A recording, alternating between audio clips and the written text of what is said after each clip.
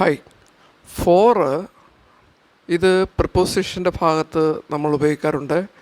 അതുപോലെ തന്നെ since for അതിൽ ഉപയോഗിക്കാറുണ്ട്. ഇത് കൂടാതെ കൺജങ്ഷൻ ഭാഗത്തും നമ്മൾ ഉപയോഗിക്കാറുണ്ട്. അതായത് പ്രിപ്പോസിഷൻ്റെ ഭാഗത്തിൽ ഇതിന് വേണ്ടി എന്നുള്ള അർത്ഥത്തിലാണ് നമ്മൾ ഉപയോഗിക്കുന്നത്.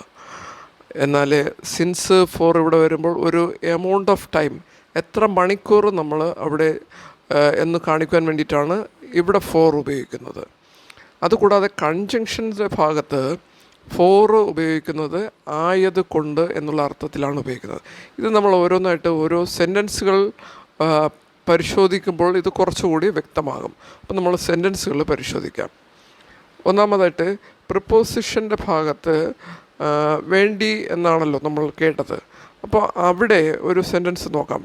He went to Germany for his higher studies. അവൻ്റെ ഉപരിപഠനത്തിന് വേണ്ടിയിട്ട് അവൻ ജർമ്മനിയിലേക്ക് പോയി. For his higher studies, higher studies ഉപരിപഠനത്തിന് വേണ്ടി എന്നുള്ള അർത്ഥത്തിലാണ് അവിടെ ഫോർ ഉപയോഗിച്ചിരിക്കുന്നത്. ഇത് പ്രിപ്പോസിഷൻ്റെ ഭാഗത്ത് ഉപയോഗിക്കുമ്പോഴാണ്.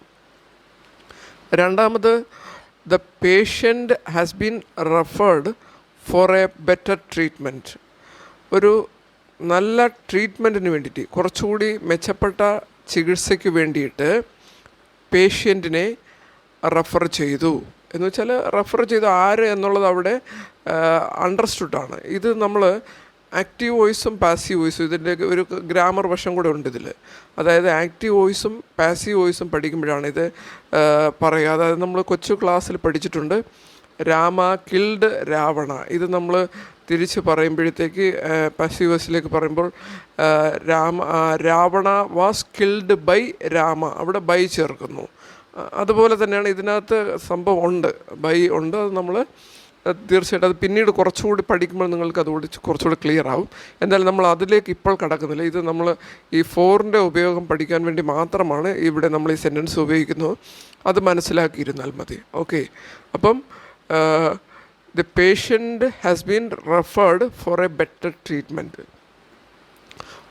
മെച്ചപ്പെട്ട ചികിത്സയ്ക്ക് വേണ്ടി പേഷ്യൻറ്റിനെ റെഫർ ചെയ്തു.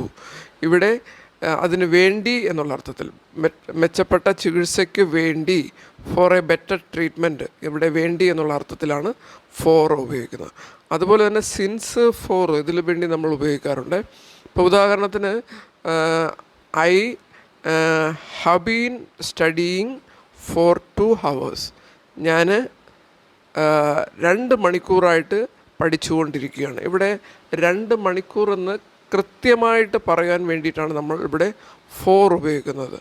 I have been studying for 2 hours. ഞാൻ 2 മണിക്കൂറായിട്ട് പഠിക്കുന്നുണ്ട്. ഇത് തന്നെ സിൻസ് ഉപയോഗിക്കാറുണ്ട്. ഇവിടെ നമ്മൾക്ക് അതിനെക്കുറിച്ചുള്ള രീതിയിലേക്ക് പോകുന്നില്ല, അതിൻ്റെ ഒരു വഴിയിലേക്ക് നമ്മൾ പോകുന്നില്ല. എങ്കിലും ഒരു സെൻറ്റൻസ് ഒന്ന് മനസ്സിലാക്കിയിരിക്കാൻ പറയാം.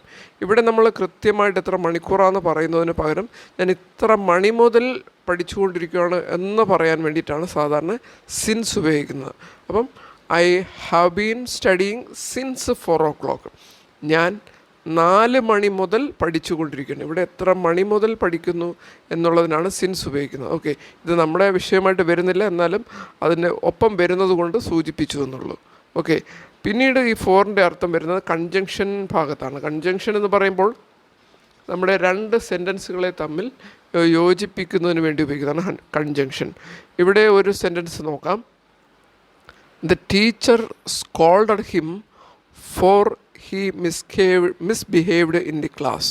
അതായത് ക്ലാസ്സിൽ മോശമായിട്ട് പെരുമാറിയത് കൊണ്ട് ടീച്ചർ അവനെ വഴക്ക് പറഞ്ഞു. സ്കോൾഡഡ് ഇവിടെ ആയത് കൊണ്ട് എന്നുള്ള അർത്ഥമാണ് വരുന്നത്.